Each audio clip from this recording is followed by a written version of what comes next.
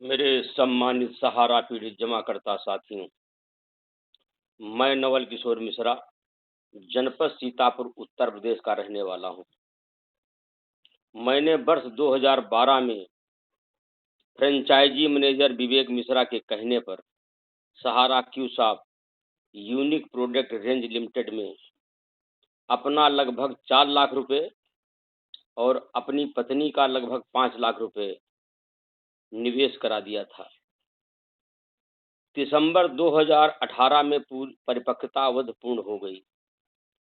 जब मैंने भुगतान के बारे में कहा तो उन्होंने भुगतान अभी नहीं होने का हमको बात बताई।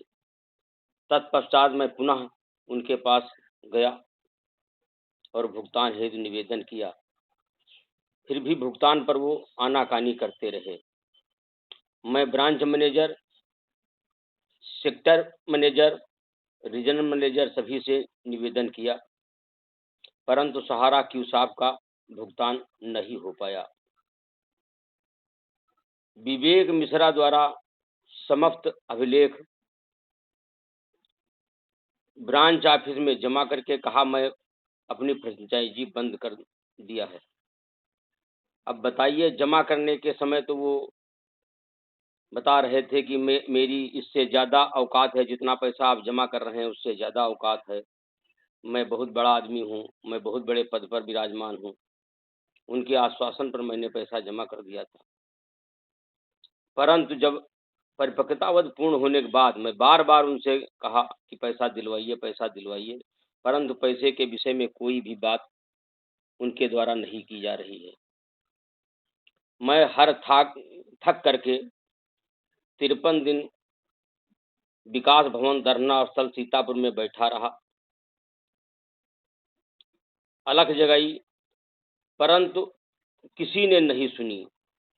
मैंने 12 माह में प्रत्येक माह 3 ज्ञापन देता रहा।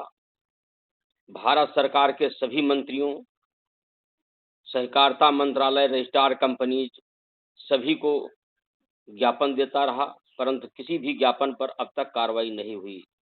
मेल तो लगभग हमारी 10,000 पड़ी होंगी। ट्विटर पर मैं लगातार सक्रिय रहा, परंतु सक्रिय होना एक अलग चीज है और पीड़ित बात को सुनना सरकार का कार्य होता है। अगर सरकार सुनना न चाहे तो आप चाहे जितना चिल्लाओ, कोई फर्क नहीं पड़ता है। वही हाल हुआ है सहारा जमाकर्ताओं के साथ में और मेरे साथ में भी। मैं भारतवर्ष की सभी लोगों से निवेदन और अनुरोध पूर्वक बताना चाहता हूं कि सहारा इंडिया द्वारा सहारा क्यूसाप का लाइसेंस वर्ष 2011 में रजिस्ट्रार कंपनीज मुंबई ऑफिस से लिया गया था। 2012 में मेरा भी पैसा उसी में जमा किया।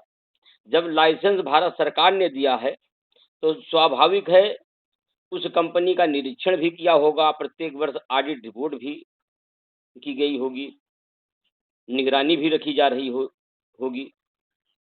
तब इतना बड़ा घोटाला कैसे हो गया जो आज जमाकर्ताओं का पैसा वापस नहीं हो पा रहा है? आखिर वो अधिकारी क्या करते रहे?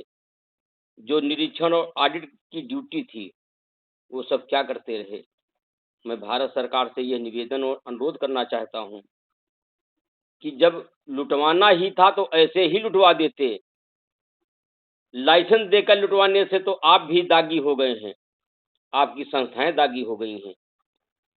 हम लोग तो अपने जीते जी मर ही चुके हैं। जिसका पैसा लुट गया हो, पैसे के लिए आदमी झूठ बोलता है, पैसे के लिए आदमी कौन-कौन से काम नहीं करता है।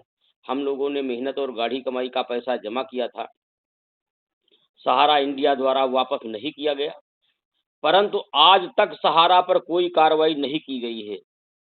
उनका सहारा शहर, उनका कपूरथला कॉम्प्लेक्स वैसे ही खुलता है जैसे पहले खुलता था, बल्कि पुलिस सिक्योरिटी में रहता है।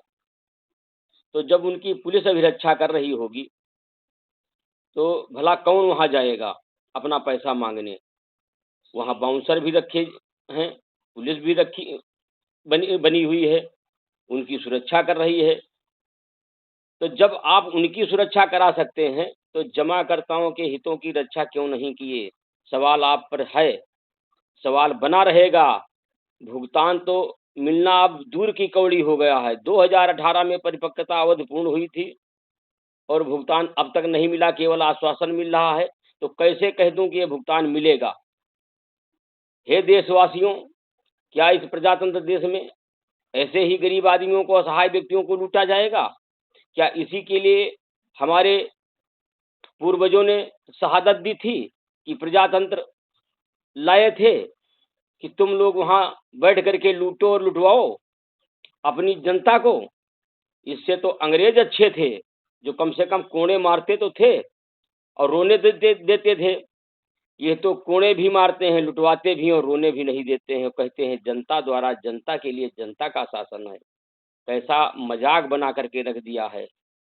हे महादेव, हे ब्रह्मा विष्णु महेश, ऐसे पापियों का अब अंत करो, वरना हम लोगों की रक्षा करने वाला कोई नहीं बचा। जय हिंद, जय भारत।